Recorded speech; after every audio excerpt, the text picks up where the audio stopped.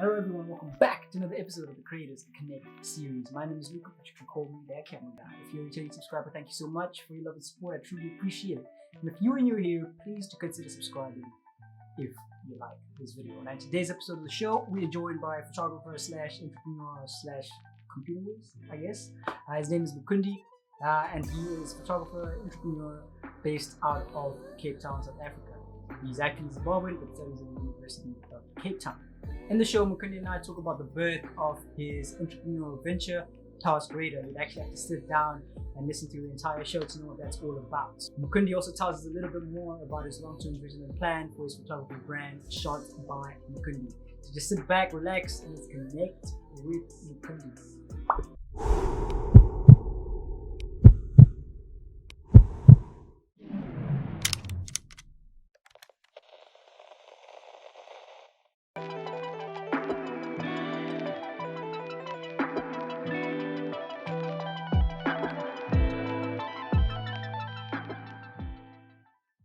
Aware. Thank you so much, Mukundi, for being here, bro. I really do appreciate you taking time out of your schedule to sit down and chat with me. I really do appreciate it. I've seen your work over the last year and a half or so, and I really like the work that you do as a photographer. And I thought it'd be cool to come have you sit down here with your brain a little. So thank you so much for being here. Appreciate it. Yeah, thanks, man. I appreciate the recognition and the support. I haven't been getting that for quite a while, so I appreciate it. Yeah, no, that's what we do here. That's definitely what this platform, or at least that's the kind of environment or atmosphere I'm trying to bring around this platform. So I appreciate that you feel that way. But my first question has to do with your creative journey as well as your entrepreneurial journey, I guess. You're in your early 20s now, I'm going to assume. Yeah. But you have, fairly decent photography thing going on, and entrepreneurial program that you started and have set off, I think early this year, if I'm not mistaken, as well. Yeah. But did you see yourself, in your early high school years, did you see yourself here? Was this always the dream growing up? Yeah, I think things. Of course, I did see myself in some regard. One day starting stuff. I don't know. I didn't know what then. But there's always been an interest to create things for consumers. And I think for photography, the way I started, I think I was at church, and then someone took a picture of me with a camera, because I always thought oh, cameras. There's no difference between like a camera and a camera from a phone. Dude, me too, bro. They're all good, and I would watch reviews, and people would be talking about, oh, this camera is like 50 megapixels. What megapixels? I'm like, oh, but this DSLR is like what, 12 megapixels. So it's definitely not better, right? Yeah. So this person takes a picture of me, and then later on that evening they send the picture to my phone, and I'm like, what? Like this looks professional, this looks professional. And from then on, I think I then joined the media team at church, and then that's when I started like playing around with the cameras, right? And fast forward to long holiday, upper six long holiday. I don't know if you did. I don't know if you took a gap year, but I took 2 gap years. You took 2, so. Okay. Okay. So you get to that point during your gap year where you need money, but you can't ask your parents for money. Not because they won't give you. Yeah. They might. But you feel the sense of responsibility. Exactly. You feel like wakura. Like it's just too much. Like maybe you're, because I was in boarding, so okay. So because I was in boarding, I was never fully aware of the situation at home. Because the thing with boarding is, as soon as you enter those gates at school, you know that for the next 3 months you're in a controlled environment where you only hear about what's going on in the country through some speculative news and whatever. So you never really know and experience the situation on the ground. And then you get home. That's deep. You get home for a month. You don't really experience it like that. But for like a year, you can really experience all seasons. Like, okay, during this time they're trying to get school fees ready for the kids. During this time. So you get to that level where I needed money. I needed something to do as well. So I had an option to buy a phone, and then from there I was like, no, let me not get the phone. Let me get a camera, and that's when I started. Yeah, that's big, You bro. know? That's big decisions, big boy moves. Yeah, I never regretted it. I think that was a very important decision that I made, and from then on, I started taking pictures. You know, and yeah, my creative journey is it's actually been quite interesting because I don't know if you've experienced this, but when you start out as a photographer, you have this hunger to create, and you really are creating, right? Yeah. And then if you're not careful, you then reach to a certain point where you realize that you have to make profits, you know? Now, you know, so you realize that you've neglected this whole aspect of treating photography as a business. You know, it was a as hobby a business. before. You know, so Yep. during the holidays, it was okay if I was getting like maybe $80 a month. You know, that was good money. That was okay money. You know, it was okay. You know, but then you start thinking about it, and you're like, okay, I want to buy this particular lens. I want to buy this camera. And this stuff is expensive. Like, I need to make money. It's not adding Exactly. up. $80 a month isn't adding up, right? The math is just not adding up. So that's where, and I think I'll just tie it together. My creative journey and my entrepreneurial journey. That's where I started to become more aware of the business side of things. You know, because aside from photography, I've always had business ideas, right? But the ideas sort of come from a technical point of view, like where, because I'm in science, I can envision a particular science-related products, right? But then, because I'm not in like commerce or whatever, I never thought about the other side of like, okay, now you have this product before you. How do you take it to your markets? You know, how do you market? Exactly. Now you know that you can take good pictures. You've mastered your craft. But then, how do you make sure that you have a good market to support your business? How do you make sure that you get to your market? How do you get the right customers? Because you can't be getting customers, but not the ones you want. You know, I'm sure you've experienced it. You know? I'm sure, I know exactly what you mean. Exactly. You know, there are some customers who they are ready to pay and they value your work. How do you get to those customers? So I think that's where I'm at now, where I want to make a profit. I'm ready. I'm now ready to take out money to market whatever business I'm doing. So even with Task Radar, right? I came up with the idea. Now we have the product. It's like an MVP. It's not like the complete product of like what we want, but it's like an MVP, like a most viable product, right? But still, you know, despite all the interviews we've done with people and to let people know about the product and to ask them, we still need to get to our market, you know. Yeah. And that's where I'm at now. Like that, and I think Task Radar is probably going to be my biggest test and my biggest learning point for how to take a product. Yeah, how to take a product to an actual market. Because, you know, thinking about it and talking to some people, we realized that we might actually need to go out and speak to people in person, you know, actually telling them about the product and, you know, showing them how to sign in, how to do all that. So yeah, it's all a learning curve. It's all a learning curve, and it's interesting to. It's an interesting phase where, and I'm sure I know I'm digressing a bit, but I'm pretty sure a lot of photographers and creatives have come to this point where you wake up one day and then you realize that, okay, I have a very good skill. You know, I'm taking really good pictures. I'm taking really good videos. I'm singing good songs. You know, I'm producing good beats.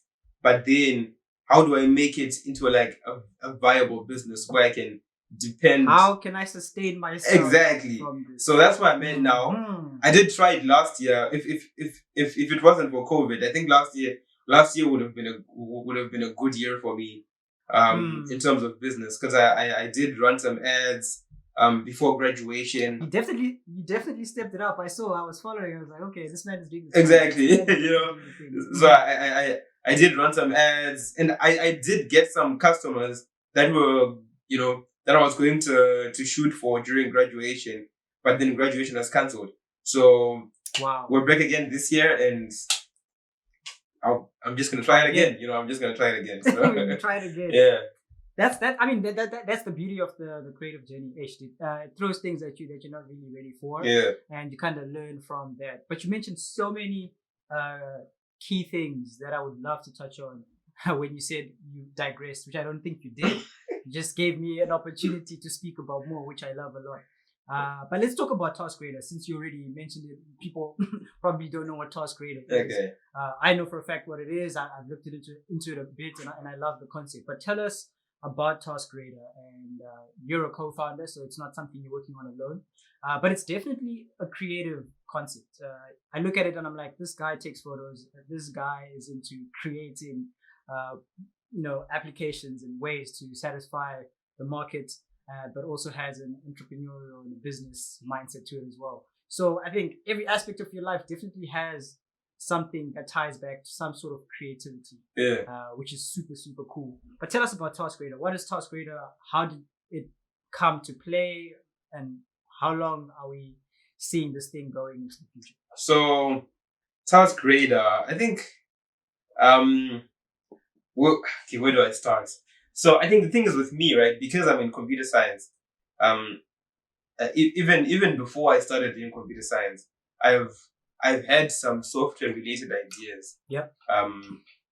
And the main reason why I chose to do computer science was because I had ideas that I wanted to implement, right? Okay. So starting out first year and the bulk of second year, most of those ideas were pretty complex ideas, right? So we're talking about high level ideas where I wasn't fully equipped, and probably still not fully equipped to do them, to work on them. But they're still on the list. They're still on the list. Okay. Definitely still on the list, right?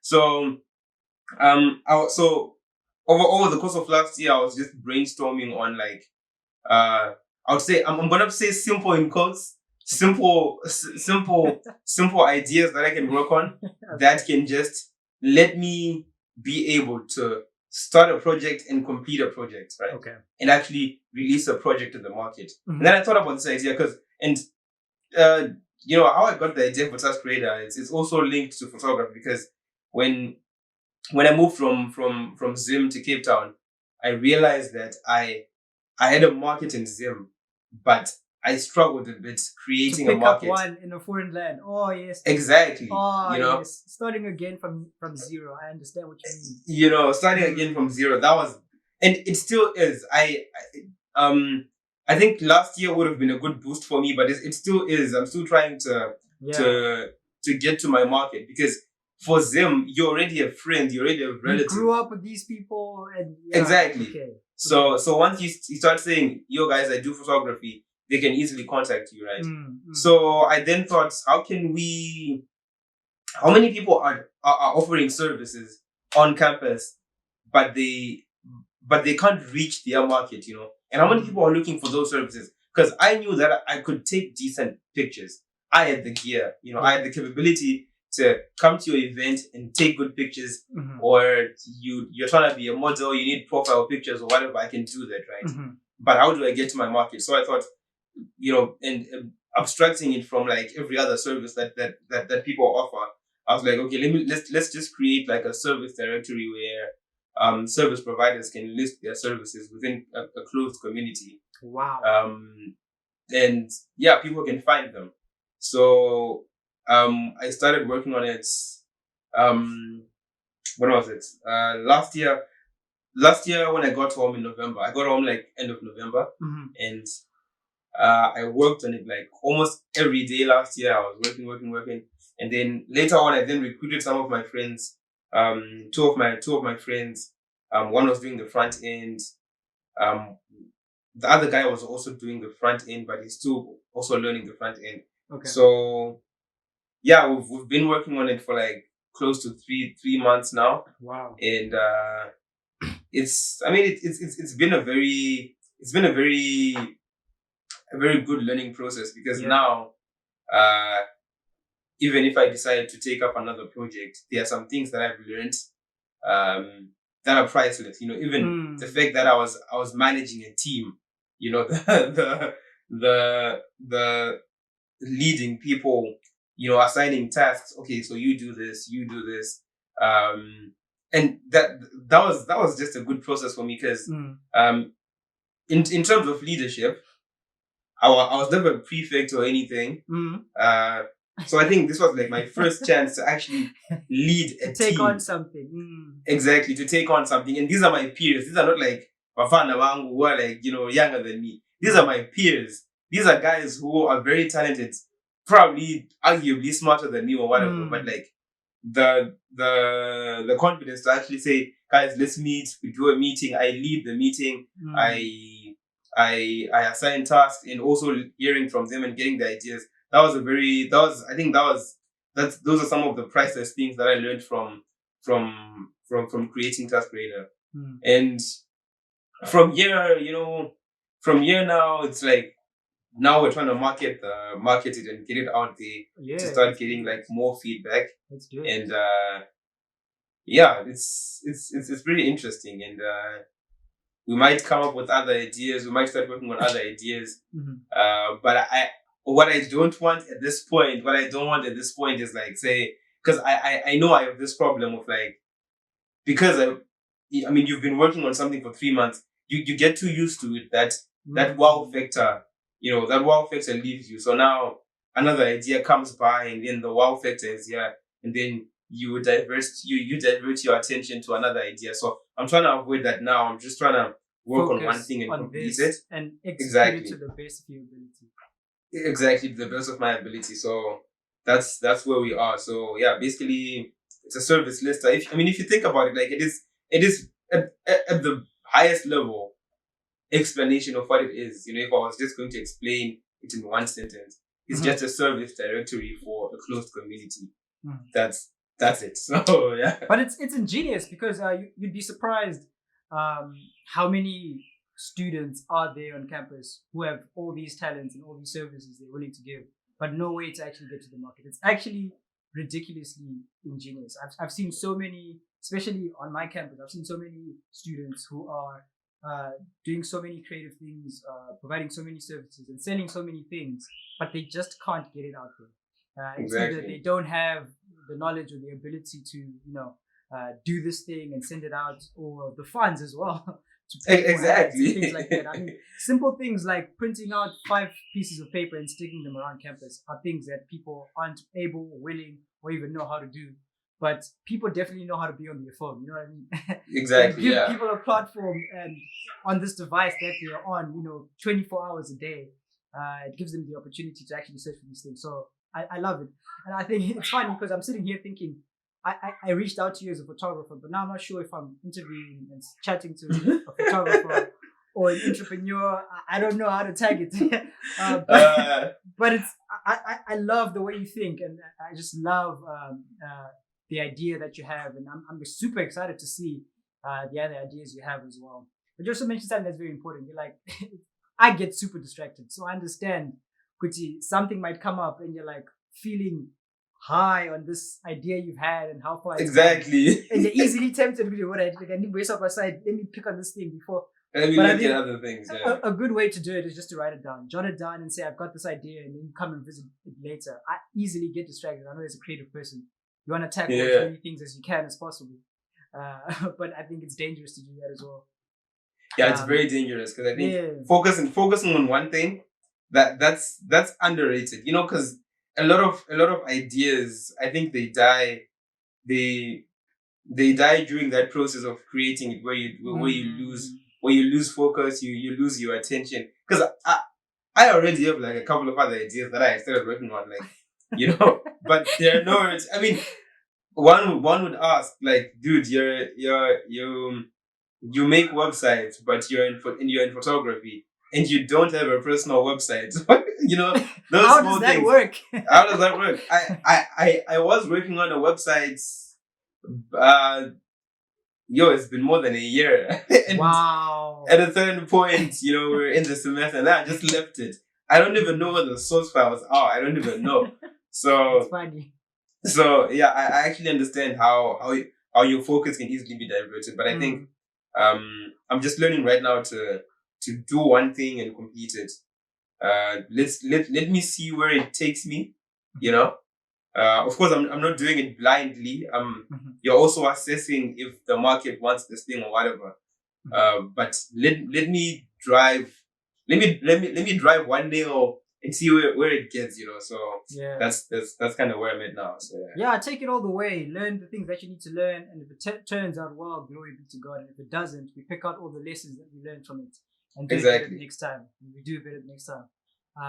But you definitely have your toes dipped in a lot of things. I mean, you're studying computer science, which is not an easy degree. One of the most demanding degrees on the list. On the side, you have this photography thing, and then on the side, you also have a project and you're trying to build this platform to serve, the community. But I think the question there is, and this is a question I ask all the time, and I've never gotten an answer that's straight up and like, okay, this is how I do it, but I'm gonna try it nonetheless. How do you find the balance to give all these things in your life the time they deserve? And now, also adding your personal life to this whole list, to computer science, the program and the entrepreneurial ventures and the photography, and then your private life. Like, how do you find the balance to give all these things the time they equally deserve? I think to be honest, I would lie to you, brother. I don't. That's what don't. everybody says, right? I It was worth don't. a shot. It was worth a shot.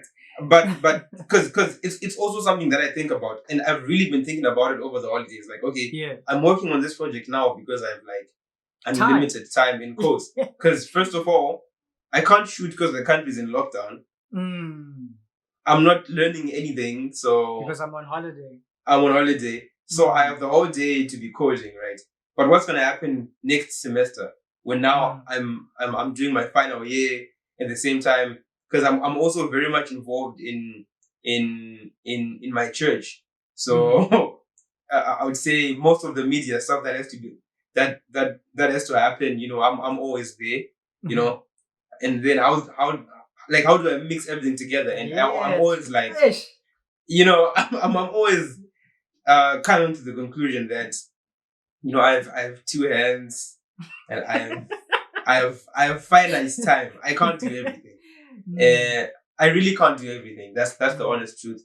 Because even aside from like photography and like task radar, at the back of my mind, I'm always like, okay, I want to try private tutoring, But then I'm like, how am I gonna balance all this? One thing has to go, So then how important is it now to have the ability to say no to certain things? Because these are all things you desire, these are things you all want to do. But the importance of self-discipline now and the ability to say, you know what, this I'm putting aside. How important is that? And is it something you've been able to grasp, man? It's something that I'm having to learn, because I'm about to be faced with a decision. Okay. And how I'm going to make the decision, maybe I'll look at the value. Maybe I'm gonna just at first try everything and then continue with whatever gives me more profit. Okay. Or maybe I'll look at the long-term value. I don't know. Okay. I don't know. But yeah, I definitely think that discipline is necessary, especially for like a young guy. Yeah, dude. Who's trying to do like a lot of things, because aside from all this business stuff and or whatever, you still have like a personal life. You still have like, you still have to be in a position where you can go out with friends. You can chill with people. You can provide time for the people that are important to you, right? So I definitely would put a priority on creating experiences with friends. It's something that I noticed last year when the country was in lockdown. You only get to appreciate something when you don't have it. And the fact that exactly. And the fact that we had to spend a year and you're not seeing your friends, you're not seeing your maybe your family, and you don't have that community anymore. And I think I this year I will put a priority on that. Wow. Right. And then, probably software. I think I want to be putting a priority on Task Radar, because Task Radar is probably not going to be making me any money now. Okay. Even for maybe the next 6 months, I don't even know. And even when we start making money, I doubt it's going to be big money anyway. But then I'm pretty confident that long if term. I'm thinking long term. Yeah. Yeah, I mean, because with Task Radar, even if it doesn't work, if we don't get to monetize, just having it itself it's a good thing on the CV. If we're going to venture, it's a big achievement, bro. Yeah. If we're going to decide to venture into taking software clients, it's a good thing to show, to say, okay, we can create your software, we've created this. So it's a good investment. So maybe for the long term, I can keep working on it, maybe at a slower pace. Just maybe I'll just have to tell myself that I'm not in a rush to make money now. Okay. But let me just take this as an investment for the future. But either way, I need money now. So definitely, I need money now. And I mean, I really don't like waiting on my parents to give me money. Yeah. I think they're also getting used to not giving money, but that's fine. So I'm going to. I think the decision point is going to be having to. Am I going to do private tutoring, or am I going to do photography? I'm going to have to choose between those two. Yeah, I'm going to have to choose between those two. I think at first I'm just going to do everything at once, and then I'll decide which one gives me enough comforts and enough money. Just balancing those two. So because sometimes customers can be stressing. Some photography customers can be stressing, and sometimes I don't like the situations. Yeah, it gets really sticky. Exactly. Someone says, "Come for this event. Come shoot at this event." Maybe it's late. Yeah. It starts late. Sometimes things are just not in order. They're like, we need you in an hour. You're like, but I need to plan. Exactly. Yeah. So I personally don't like those interactions with customers. Yeah. I don't like those interactions. No, but you get it. This is the adulting part of life, right? I mean, you're talking about your parents starting to feel comfortable not giving you money, and you trying to find avenues of finding money. Those are the decisions you now need to make. But okay, which part of my life do I want to keep in the future? Which part do I want to put aside for now? It's not easy because a lot of these things you're passionate about. But like you're saying, responsibility is I need to eat. I need to put food on the table. I need bomb. Exactly. I need to do this, and also like as a young guy, you're also trying to level up. Like it's exactly, you're trying to level up, you're trying to impress, you're trying to it's a weird age. Yeah. It's a weird age where there are people doing more than you, and I'm not saying like I compare myself to people, but you do see 22-year-olds doing some stuff. You're just inspired, and then you just realize the need to do more and maybe focus on the things that matter. So it's the same creatively, and I don't brag. 20-year-olds, 40-year-olds, 30-year-olds, 50-year-olds. Yeah. In any kind of space, in any kind of business, in any kind of environment and community. I think we live in a world where things are shoved in your face so much now, especially with social media. Exactly. So you can be a photographer, a videographer, a musician, and you see other people doing things. And like you're saying, it's not that you're comparing yourself, but it's in your face. And you're like, exactly, it's in your face. If Mukundi can do it, I want to do it too. It's possible. And now you're pushing yourself to get to that level because you can see how possible it is. And unfortunately, sometimes it's just a flex for a lot of people. How it is on the internet is not always how it is in real life. But we see these that's things. The problem. We see these things. It's shoved in our faces. We can't really ignore it. But I think it's also important to try and level up. I don't see any harm in pushing yourself to get to a level that you want to get at. I think with the right motivation, with the right kind of faith, with the right kind of hard work, God will get you there for sure. Yeah, I think if the content you're seeing makes you want to level up for the right reason, For the right I think reasons, yep. for the right reason, I think it's good. Because aside from achieving your goals or whatever goals they are, one thing that I've also learned is like appreciating whatever you've done, whatever little things you've done. The fact that you've actually started Megapicsouls, the fact that you've actually started, you decided to get a camera and to start a photography business. Those 5 clients that you got over the course of 6 months. It's big. It's big. It's quite big. It's something. So appreciate the small wins, but also hoping for the best. Getting inspired by other people. Yeah. But the moment you start putting pressure on yourself because of other people, that's a problem. Because that causes a whole lot of mental problems. And I think at that point, good practice would just be to leave social media for a bit. Just that's huge, bro. Take some time off. That's huge. I know I terminated my personal Instagram account and Twitter account because of that. And if it wasn't for Megapicsouls, I don't think I would be on social media, because I think you just need to know yourself. You need to know yourself. Exactly. You need to know yourself, and if you're not that kind of person who can exercise restraint in that regard, it can mess you up, and it can mess you up rough. Speaking about creating for people, again, like you're saying, it's easy to be something that starts off as a hobby, like you said, and you're so passionate and you want to create and you're doing all these things.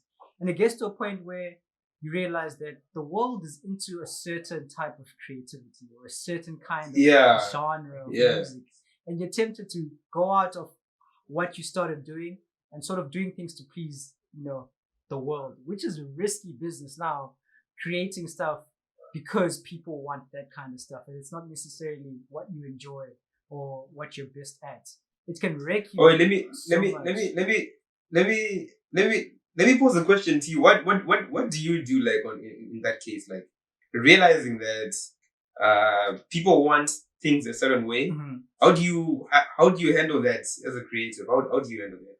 I think for me, it's realizing and having a strong tie between your creativity and who you are as a person. You can't separate the two.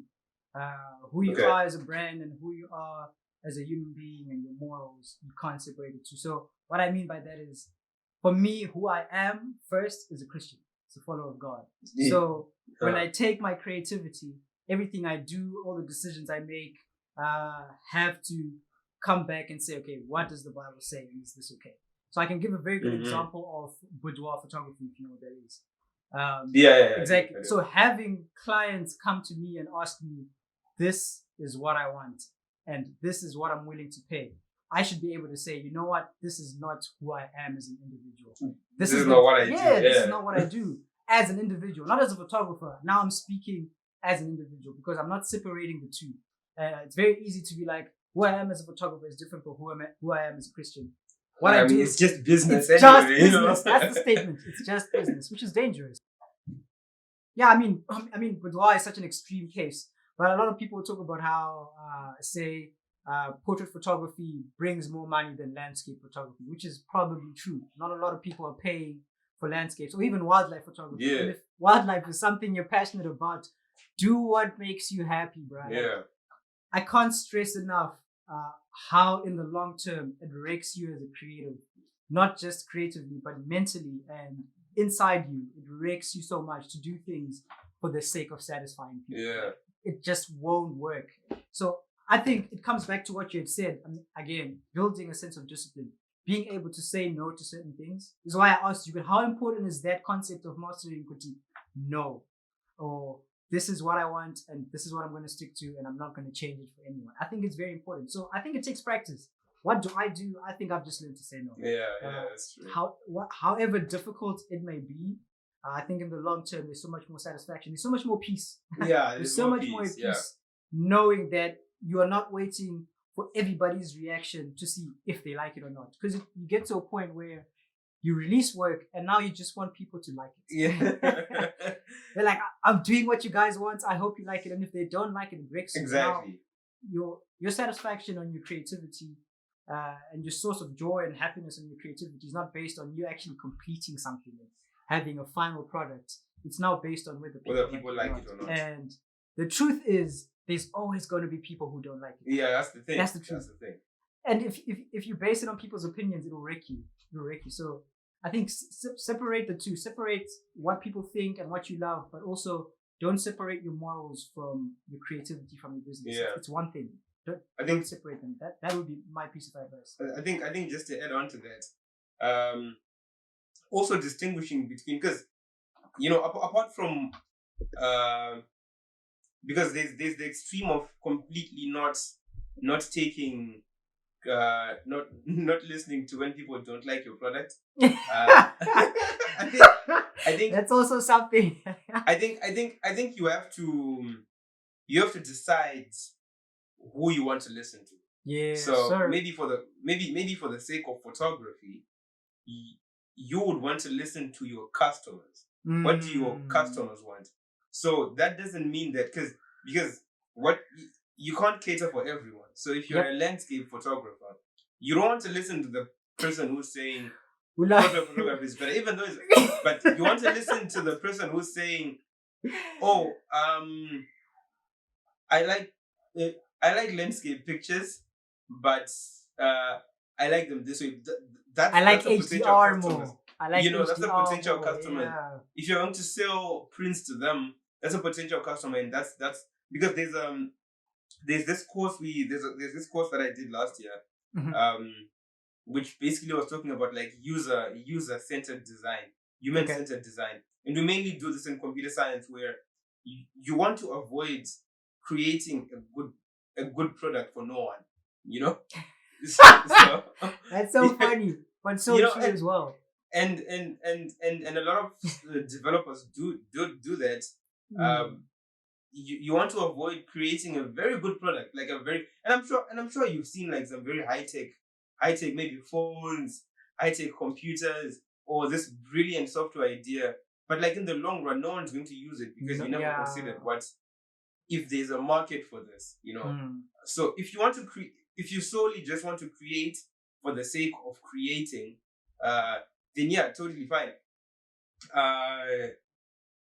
Create freely, But the problem then comes if when your focus then shifts from 100% creating to maybe 70% revenue and 30% creating. Because now if you need to create revenue from whatever you're creating, there then comes an element of like considering what your market wants. Because there's also you can there are obviously like some unicorns where or whatever for some reason whatever it is you like creating, people just like it. Those rare few. You just don't like it. You're Kanye West. You're just creating shoes. You're just creating holes in your clothes, and people just want to buy it.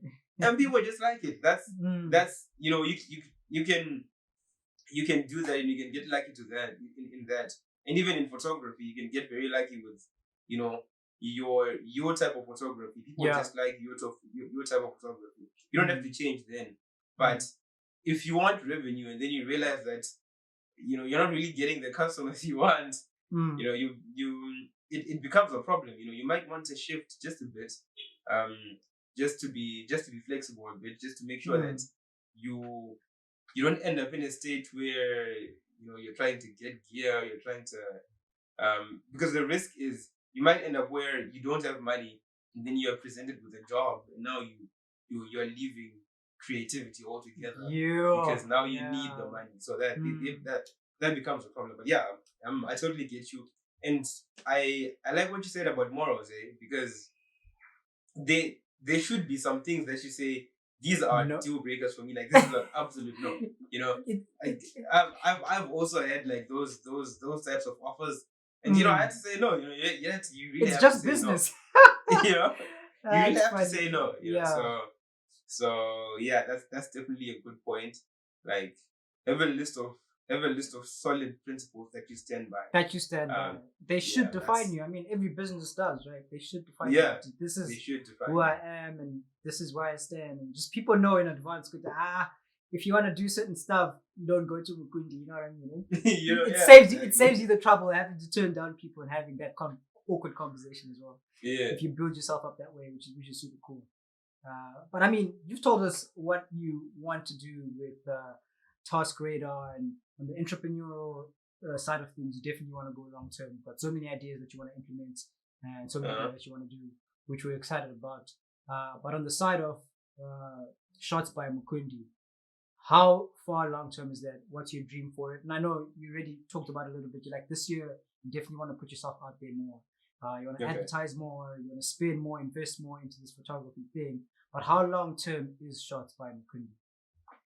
Yeah, so I mean, it's been something that I've been thinking about, and you know, the conclusion I made, because I mean, for a while now, I've been trying to take it more than just, you know, Mukundi being the driver of the business. Yes. So you want it to be a brand. You know, yeah. Okay. So if I'm not there, so it's like Shots by Mukundi. If I'm not there, there is no Shots by Mukundi. You know, I get you know, there's only a certain amount of me that can be available. So, so I've been thinking about how to scale it up, and maybe in the future, probably have like a full-fledged media company. Let's go. You know, I think that would be nice. We love to see it. Yeah, that would be nice, because I sort of want to move away from the idea of it just being like maybe a side hustle, or like me being self-employed, but make it like a good business where I can be away and know that, you know, it's functional. You know, the video work is happening, the camera work is happening. I don't necessarily need to be there every time. So that will mean definitely employing more people, increasing, like investing in more equipment, and so I think that's the vision that I have, but it's still like at the back of my head. You know, I haven't really written it down, because I know it's something that it's not easy. It requires a lot of effort, a lot of money as well. But for the long term, I don't just want to end up working and then just drop photography altogether. You know, but I think about like what am I going to do to make it, you know, like a company, so to speak, even if it means I'm going to have to rebrand, because Shots by Mukundi implies that there's Mukundi there, you know. So if one day I'm going to have to name it, you know, I don't know, something media or whatever, that'll be totally fine. And that's the vision I have. But for now, definitely get more customers, shoot more, and you know, buy more equipment. You know, I need gear now. I've been using like the most entry level stuff. You wouldn't understand. Even like my 50mm lens. Yeah. You know, it's not even a Canon 50mm lens, right? I don't know if you know Young No. I do know you know. I mean, that's everybody's entry level. If you didn't own you know at some point, you had it good. You had it good. You had it good, you know. You had it so good. You know, I'm still using like an entry level camera, entry level lenses. But now I want to move. At least this year, I want to start getting like you know, better gear. So I mean, you definitely did mention it before. How 2020 kind of held back in terms of your creativity and things like that. You didn't get a lot of opportunity to shoot and do all those things. But I think looking at 2020 and how hard it was, there's definitely a lot of things that could have been learned there in that 1 year.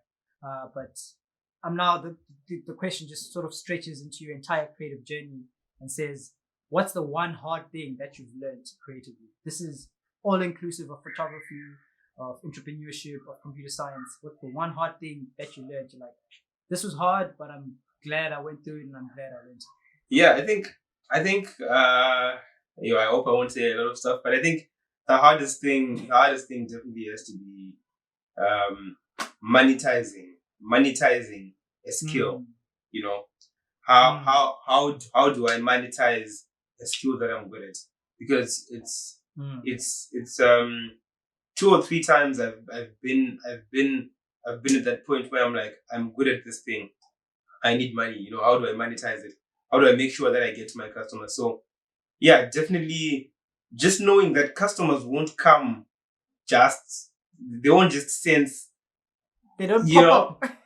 They don't just sense that somewhere out there's a photographer out there. You need to put in the work. And that was a hard lesson for me because I spent the whole of first year without customers, just waiting. Me too, bro. I was relying on word of mouth. Exactly, like, if my friends know I do it, if my friends know I do it, then I'm good. Yeah, I get you. And I actually, in second year, unfortunately, which is last year, I ended up printing a couple flyers and sticking them around campus, and then COVID happened, and then my flyers were just but that and I think that initiative step to try is very important. Yeah, it's very and it's also been a good lesson to me because it taught me to know that your friends and family, yes, you want them to support your business, but don't start a business thinking that they are your market. Just know that somewhere out there are people who are willing to pay for your service. If your friends and family are not paying for your service, they're not coming to you for photo shoots or whatever, they are not your market. So don't come back on social media saying, "Oh, you fake friends" or whatever. Okay, that's I'm Mukundi Chitamba. Exactly. That's the thing with capitalism. If your service is good and if someone is looking for your service and if you've done the work, people will find it and they will come for the service. So just knowing that. So now I don't start something restricting myself to my friends and family. I probably just put it on my status to just let people know that this is what I'm doing, but I'm definitely not expecting my most of my incomes. And I mean you have a finite number of friends and family, so even if you do rely on them, they are very limited. So that I'd listen to know that you have to get to your market. First year, I can probably count on my hand the number of customers that I had. Sure. So that's a very big lesson. Even with Task Creator, we've created the platform. Now we have to get to the market. It's a hard step. It's something that I have to learn because I'm good at the coding part. I'm good at the shooting part, but now I have to learn the people part, and I think that's the part that actually matters. So, and that's why you find sometimes there are bad photographers out there. I don't know if if you've seen these pictures taken for this magazine with Tessa Mae Thompson. I think so. Yeah, I've seen them. Very very okay. Maybe I'll send them to you. But very bad pictures.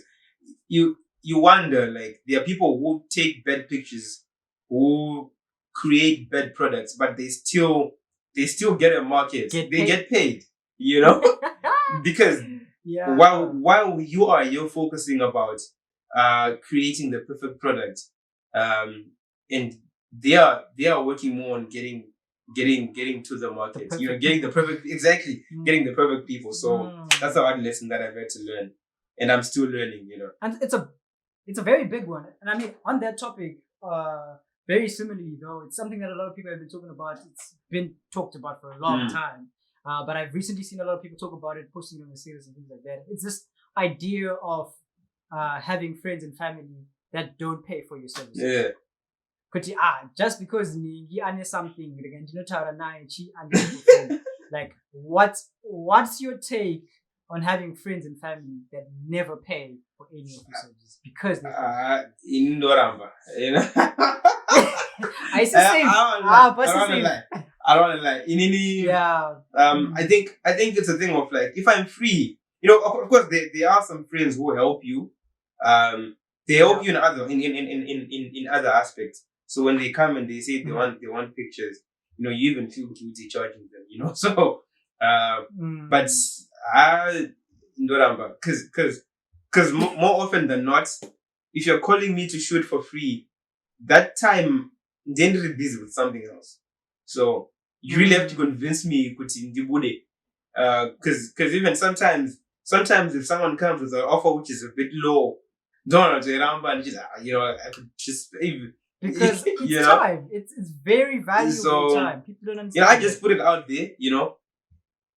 If you're my friend and we don't, unless you already give me some special favors, I probably won't come for free. If you see me coming there for free to shoot, just know that I want to shoot. I just want to shoot. Don't get used to it. It's not that I just want to shoot, right? And with it also comes the feeling of being used. I don't like that feeling of just being used.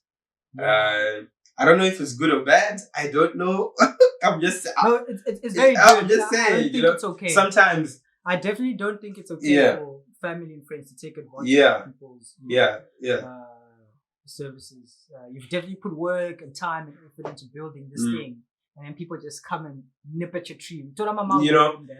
Like, it doesn't make sense. That's not how it works. If I do it, let me do it because I want to, but I'm not obligated to come to you or to give you a free service. I'll do it because and be careful now. People will start to make you feel exactly bad.